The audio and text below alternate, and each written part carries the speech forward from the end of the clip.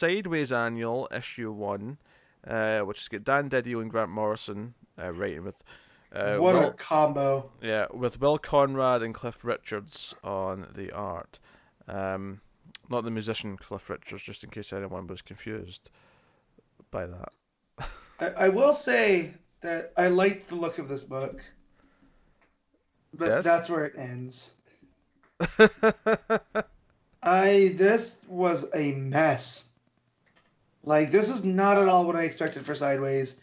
When I was listening to you talk about him in high school and, accidentally maiming villains with his riffs, and Oh, yes. I had no idea this was going to be a way in for Grant Morrison to do his Seven Soldiers weird time stream stuff. Yeah, it's notable that this has Seven Soldiers and Jeans wearing Superman in it. Yeah. And they're both Grant Morrison things. He has a name. It's Gene Superman. We've been over this. Jean Superman, yes. Yeah. So, I'm surprised you're this negative on it, because I wouldn't say it's a mess. I'd say it's probably more coherent than the last couple of issues. It's got more of a through line than the last couple. I get that there's more of a through line, but I just don't understand how this all plays into anything else. Like I don't play video games, but I've heard like side missions. This definitely feels like a side mission that has nothing to do with the rest of the plot. Sure, but I mean, I've had that complaint about this arc for the last 2 issues. But see, the last ones I felt were fun, and here just became, maybe just because of the size of it. Like, if this was 2 issues instead of just 1. Now, see, I think this one was better than the last 2 because at least the banter between Sideways and Gene Superman was enjoyable. That's nice. Yeah, like them fighting that big green worm, him splitting it in half, and then like him like, hey, prove it, Superman. If you're Superman, then prove it. And he starts fighting all the spiders, and they save the Seven Soldiers and the rest of it. Because of that, like I had more fun with this one than the last couple. Book? Huh?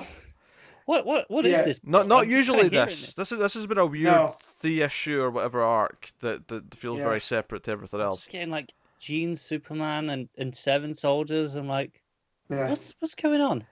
Luckily though, I mean, I almost appreciate though that the annual came in to finish this arc off quickly so that we can get back to proper Sideways next issue. Regularly scheduled content. Yes. Yeah. It's been a weird side plot. I've not been super into it. But again, I felt like this is what we were getting to with, because I brought it up when this first started about all the lost, characters, and that this felt like very much something Morrison did in Final Crisis and Superman Beyond, and then that almost gets referenced here. So I don't know where this fits into anything. I don't know if the Tempest like the Tempest Fusionaut stuff at the end is going to have any bearing on anything going forward. Like, I think don't know. I think that's more about his character more than it is about a plot point that's important. Like that's because he's ready. Like, because the what do you call them? What's the group? the Kent Clark and all that. All the people that were trapped with Sideways. They get to Earth and they investigate, and if they figure out that Clark and Lois and this Earth are married.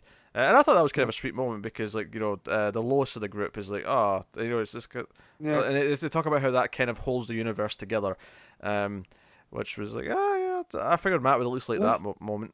No, that was nice. I had to go back and read pages like multiple times, just because of some of the stuff that was going on, and it felt like I was missing stuff. I didn't have that problem. So, I felt this one read actually way smoother than the last couple. Yeah. But so the thing about Tempest Fusionaut is that they're essentially arrest him and send them back to the Dark Multiverse because they're not meant to be on Earth, and they convince him to say, hey, Sideways helped us get here, and you have made exceptions in the past because you actually have a conscience. You could do that again.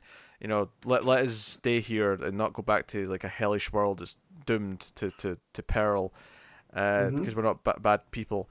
And he's like, oh, Sideways is vouching for you. In that case, you know what? I will honour his request, and I will allow you to stay. So I think it's more about his character and how he isn't just... Because I think when he first showed up, when he first was introduced, he felt like this, just... all the rules. Yeah, all the rules, yeah. He felt like the strict guy. And I feel like him actually opening up is maybe the point of this. How effective it is open for debate, but I think that's what the point is, as opposed to important plot details. Although I could see this group of characters popping up again in the future at some point. So this is establishing that they're still around in some capacity, which is fine. I will say I am extremely happy we're done with this plot, though. As much as I had more fun with this issue than the last couple, this has easily been my least favourite section of the book, is this last plot. But this Seven Soldiers thing I could have done without completely. But I'm happy to be going back to the main story. I'm happy to get back to the supporting cast that I like a lot, Ernie and co. So I'm looking forward to the next issue. But this one, like I say, I think it was better than the last couple. I think there was some better character beats in it, but not great. What are you giving it out of 10, Matt?